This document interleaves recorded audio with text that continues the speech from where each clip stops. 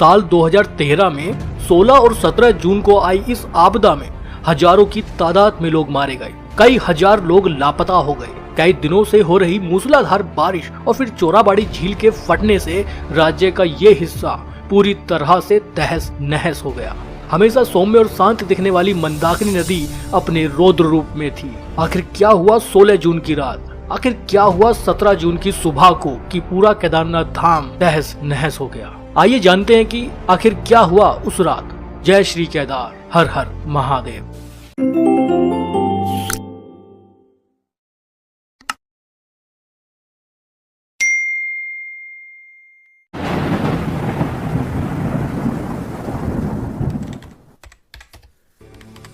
पंद्रह जून 2013 से केदारनाथ घाटी में भारी बारिश शुरू हो गई थी। ऐसी बारिश वहां के लोगों ने शायद पहले कभी नहीं देखी थी। 16 जून को भी बारिश जारी रही। इस दौरान केदारनाथ धाम के आसपास के पहाड़ों पर बनी छोटी बड़ी सभी झीलों में पानी भर चुका था। ग्लेशियर भी लगातार पिघलने लगे थे। केदारनाथ धाम में तीर्थ यात्रियों, पुजारियों समेत अन्य लोगों की भारी भीड़ मौजूद थी। उस समय केदारनाथ धाम में कई हजार लोग मौजूद थे। लोग बारिश रुकने का इंतजार कर रहे थे, लेकिन किसी को ये खबर नहीं थी कि 16 जून की शाम को आखिर क्या होने वाला है। हर साल की भांति इस साल भी केदारनाथ धाम के कपाट 14 मई 2013 को विधि विधान से वही बैंड बाजे के साथ खोले गए।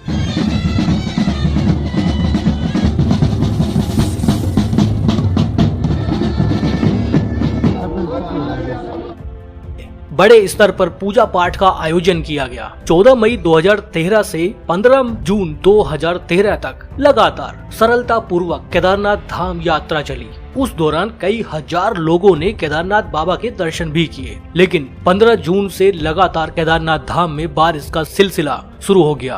पैदल रास्ते पर लोग बारिश में भीगते हुए केदारनाथ धाम की ओर बढ़ रहे थे। शायद वो आने वाली इस भयंकर आपदा से बेखबर थे। केदारनाथ धाम में शाम ढल चुकी थी और बारिश अभी भी जारी थी। केदारनाथ धाम के आसपास बहने वाली नदियां मंदाकिनी और सरस्वती नदी पूरे उफान पर थी। खासकर मंदाकिनी नदी की गर्जना लोगों को डराने वाली। लोग मंदिर में दर्शन करने के लिए लाइनबद्ध खड़े हुए थे। लोग पूरी तरह से अनजान थे कि आज रात एक भयंकर त्रासदी से उनका सामना होने वाला है। मंदाकिनी नदी का स्रोत केदारनाथ के पास के पहाड़ पर चोराबाड़ी झील है, जिसमें पानी लगभग लबालब भर चुका था।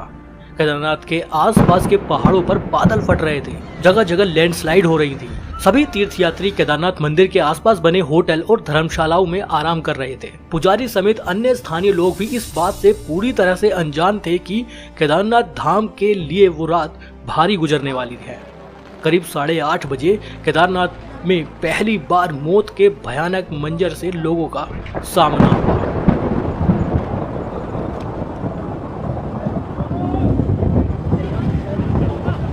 दो दिन से पहाड़ों पर हो रही भारी बारिश और बादल फटने से लैंडस्लाइड शुरू हो गया। केदारनाथ धाम में 16 जून 2013 की रात में करीब 8:30 बजे लैंडस्लाइड हुआ और मलबे के साथ पहाड़ों से भारी मात्रा में पानी और मोटे मोटे पत्थर केदारनाथ घाटी की ओर बढ़ने लगे। वो सैलाब इतना तेज था कि जो बह गया सो बह गया, लेकिन इसमें कई लोग जो बाल बाल बच गए वो जान बचाने के लिए इधर उधर भागने लगे। जिस केदारनाथ धाम में बाबा केदारनाथ के जयकारे गूंज रहे थे, हर हर महादेव के जयकारे गूंज रहे थे, वहां चीख पुकार मच गई। जान बचाने के लिए लोग होटल व धर्मशालाओं की छतों की ओर जाने लगे। कुछ लोग पहाड़ों की तरफ पलायन करने लगे। रात का वक्त था, किसी को भी अंदाजा नहीं था कि ये त्रासदी कितनी बड़े स्तर पर होने वाली थी। केदारनाथ मंदिर के आसपास बसा शहर चारों तरफ से गर्जना करती नदियों से घिर चुका था। मौत के खौफ से लोग कुछ नहीं समझ पा रहे थे और वो सुबह होने का इंतजार करने लगे। लेकिन उन्हें क्या पता था कि आने वाला समय और भी खतरनाक होने वाला है, क्योंकि सुबह को इससे भी खतरनाक, इससे भी भयानक कुछ होने वाला था। रात भर केदारनाथ धाम बस्ती के आसपास से गर्जना के साथ नदियां बहती रहीं। लोग बचने के लिए रास्ते खोजने लगे। लोग दहशत से पूरी तरह भर चुके थे, लेकिन केदारनाथ धाम में फंसे ये लोग बारिश रुकने का फिर भी इंतजार ही कर रहे थे। रात भर लगातार बारिश होती रही। मंदिर, होटलों, रेस्ट हाउस में जाग रहे लोग यही सोच रहे थे कि अब पता नहीं क्या होने वाला है। 17 जून 2013 अचानक मंदाकिनी नदी की भयानक गर्जना के बीच चोराबाड़ी ताल के एक तरफ का पत्थर तटबंध जोरदार आवाज के साथ टूटा और मानो केदारनाथ घाटी में कयामत आ गई। लोग उस सैलाब को दूर से देख पा रहे थे और केदारनाथ घाटी में भगदड़ मच गई। ताल का सारा पानी मलबा, पत्थर, बड़ी बड़ी चट्टानों के साथ तेज गति से बहता हुआ केदारनाथ बस्ती को तहस नहस करता हुआ होटलों, घरों, रेस्ट हाउस, धर्मशालाओं, दुकानों को मिट्टी में मिलाता हुआ निकल गया और पीछे छोड़ गया सैकड़ों हजारों मौतों का एक ऐसा मंजर जिसे देखने वालों की रूह कांप उठेगी। करीब 40 किलोमीटर प्रति घंटे की रफ्तार से 100 मीटर ऊंची पानी की लहरों में बड़ी बड़ी मोटी मोटी चट्टानें भी थी। इस सैलाब में बहुत से होटल, घर बह चुके थे और यह अपने साथ कई लोगों को बहा कर ले गया। केदारनाथ बस्ती में किस्मत से जिंदा बच गए लोगों के रिश्तेदार सैलाब में बह गए थे। इनमें से हजारों लोगों का आज तक भी पता नहीं चल पाया है। कुछ मिनटों में ही केदारनाथ घाटी में मकानों की जगह, होटलों की जगह पत्थरों का मलबा बन गया था। इंसानों की लाशें जहां तहां पड़ी हुई थी। चोराबाड़ी ताल से निकलने वाली इस तबाही के सैलाब के रास्ते में जो भी गांव, शहर आया, वहां भारी तबाही मची। रामबाड़ा और गौरीकुंड के इलाकों में सबसे ज्यादा जान माल का नुकसान हुआ। तबाही में केदारनाथ मंदिर बच गया, जिसके पीछे एक बहुत बड़ी चट्टान आकर रुक गई थी और सैलाब पत्थर के दोनों किनारों से निकल गया। इस 5 से 10 मिनट के अंदर केदारनाथ घाटी मिट्टी में मिल चुकी थी। आंखों के सामने ही पूरे के पूरे परिवार बहते चले गए। एक दूसरे को बचाने के लिए वे हाथ पकड़े हुए थे, लेकिन सैलाब की ताकत उनके रिश्तों की ताकत से कहीं ज्यादा थी। चंद मिनटों में सैकड़ों हजारों परिवार उजड़ गए। एक एक परिवार के 8-8, 10-10 लोग लापता हो गए थे। सैलाब का ऐसा तांडव गुजरा कि लोग कुछ भी समझ नहीं पा रहे थे, लेकिन बारिश अभी भी नहीं थमी। किस्मत से केदारनाथ घाटी में कुछ लोग अभी भी जिंदा बच चुके थे, जो बारिश के रुकने का इंतजार कर रहे थे। खाना पानी उनके पास कुछ नहीं था। 17 जून 2013 की सुबह में जो ये सैलाब आया, उससे पूरी केदारनाथ घाटी नष्ट हो चुकी थी। 18 जून की रात में मौसम थोड़ा साफ हुआ, बारिश थोड़ी थमी। वहीं दूसरी ओर बात करें तो निचले इलाकों में भी भारी नुकसान हुआ। रामबाड़ा केदारनाथ धाम के यात्रा मार्ग पर पड़ने वाला एक मुख्य पड़ाव था, जो पूरी तरह से नष्ट हो गया। गौरीकुंड में भी भयंकर त्रासदी मची। रुद्रप्रयाग जिले के सैकड़ों होटल पानी के सैलाब में बह गए थे। ऋषिकेश में लक्ष्मण झूला को गंगा जी छूने को आतुर थी। परमार्थ निकेतन के सामने मौजूद भोले बाबा की मूर्ति भी गंगा जी की धारा में डूब चुकी थी। ये एक महाप्रलय थी। केदारनाथ धाम के अलावा बद्रीनाथ धाम, हेमकुंड साहिब, गोविंद घाट, जोशी मठ में भी भारी नुकसान हुआ। पार्किंग में मौजूद सैकड़ों हजारों गाड़ियां ताश के पत्तों की तरह सैलाब में बह चुकी थी।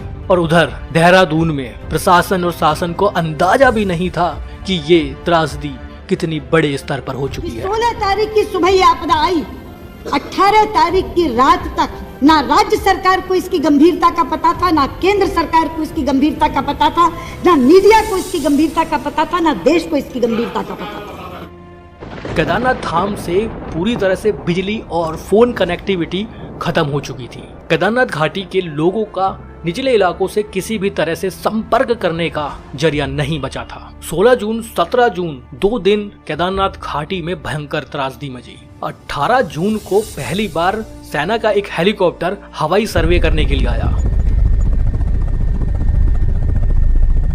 जिसमें उन्हें पता चला कि ये एक भयंकर त्रासदी है। रामबाड़ा तो मानो पूरी तरह खत्म हो चुका था। केदारनाथ घाटी का जब हेलीकॉप्टर से व्यू देखा गया तो प्रशासनिक अधिकारी भी सन्न रह गए। वो समझ चुके थे ये एक साधारण आपदा नहीं, ये एक महाप्रलय है जिसमें हजारों लोग जान गंवा चुके हैं। लेकिन 18 जून को भी किसी भी तरह की राहत केदारनाथ धाम में नहीं पहुंचाई जा सकी। 18 तारीख को पहला हेलीकॉप्टर सेना का उड़ा था, लेकिन 19 तारीख को आपने विधिवत बचाव कार्य शुरू किया, जबकि घटना 16 तारीख सुबह 7 बजे की थी। 19 तारीख को रेस्क्यू ऑपरेशन शुरू किया गया। 3 दिन लोग इसी भयंकर त्रासदी से जूझते रहे। लोग केदारनाथ घाटी में जहां तहां फंसे हुए थे, भूख और प्यास से लोग मर रहे थे। तीर्थ यात्रियों की शरीर मलबे में जहां तहां दबे हुए थे। रेस्क्यू ऑपरेशन में इंडियन आर्मी, ITBP, अर्धसैनिक बल, एयरफोर्स, स्थानीय पुलिस और दूसरे सभी फोर्स ने बढ़ चढ़ कर हिस्सा लिया। लगातार रेस्क्यू ऑपरेशन चलाया जाने लगा। हेलीकॉप्टर के जरिए जहां तहां लोग फंसे हुए थे उन्हें खाने पीने की सामग्री पहुंचानी शुरू की गई। सेना का सिर्फ एक ही मकसद था कि ज्यादा से ज्यादा लोगों को सुरक्षित स्थानों पर पहुंचाया जा सके। हेलीकॉप्टर के जरिए लोगों को केदारनाथ धाम से सुरक्षित स्थान गुप्त काशी व अन्य स्थानों पर ले जाना शुरू किया गया।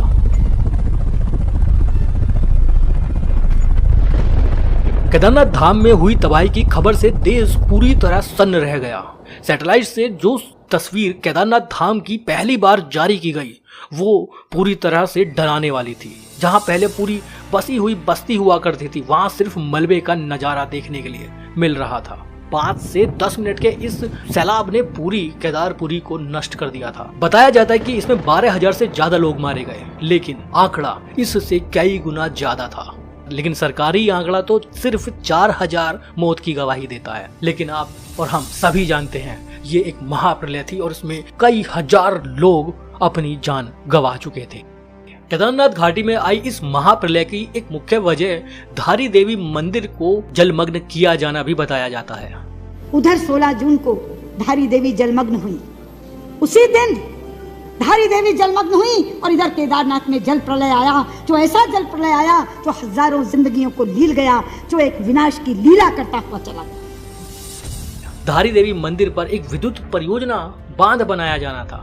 15 जून को धारी देवी मंदिर की मुख्य शिला को जलमग्न किया गया और 16 जून को केदारनाथ धाम में यह भयंकर त्रासदी आई। सेना ने अपना काम बखूबी किया। लोगों की जान बचाने के लिए हेलीकॉप्टर से उन्हें रेस्क्यू किया जा रहा था। कुछ चंद लोग ही जिंदा रह पाए थे।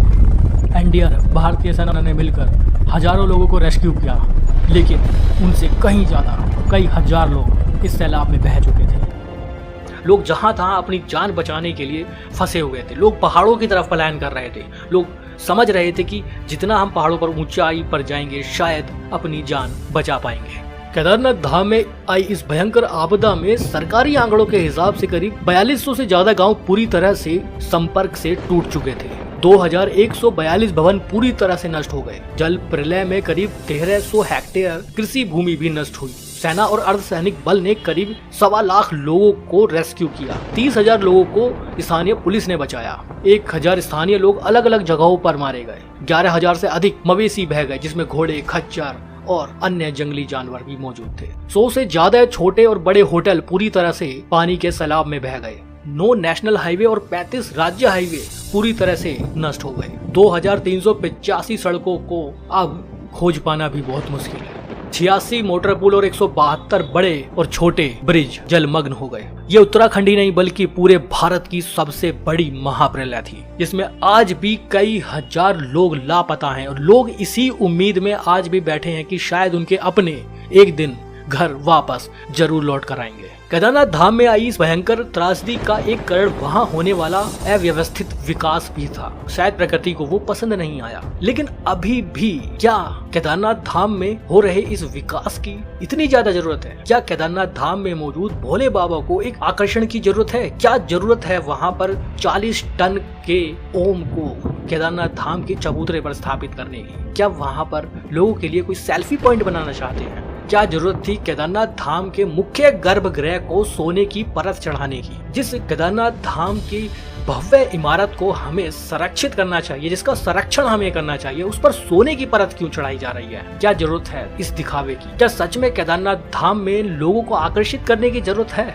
जहाँ यात्रा सीजन में रोजाना कई हजार लोग पहुँचते हैं, वहाँ ये सब दिखावटी चीजें करने की क्या जरूरत है? क्या वापस हम उसी ओर बढ़ने लगे हैं? उम्मीद करता हूँ केदारनाथ धाम की ये जानकारी आपको अच्छी लगी होगी और मैं उम्मीद ये भी करता हूँ कि अगर आप केदारनाथ धाम यात्रा पर जाते हैं तो अपना यात्रा रजिस्ट्रेशन जरूर करा कर जाइए। वहाँ चेक हो या ना हो, लेकिन अगर आप यात्रा पंजीकरण कराकर जाएंगे तो आप केदारनाथ धाम मंदिर में दर्शन करने वाले लोगों की गिनती में गिने जाएंगे।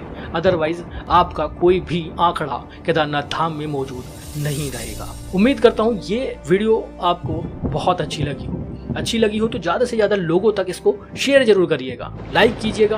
अगर आपको हमारा ये प्रयास अच्छा लगा हो, कमेंट बॉक्स में हर हर महादेव, जय बाबा केदारनाथ जरूर लिखिएगा। बहुत बहुत धन्यवाद।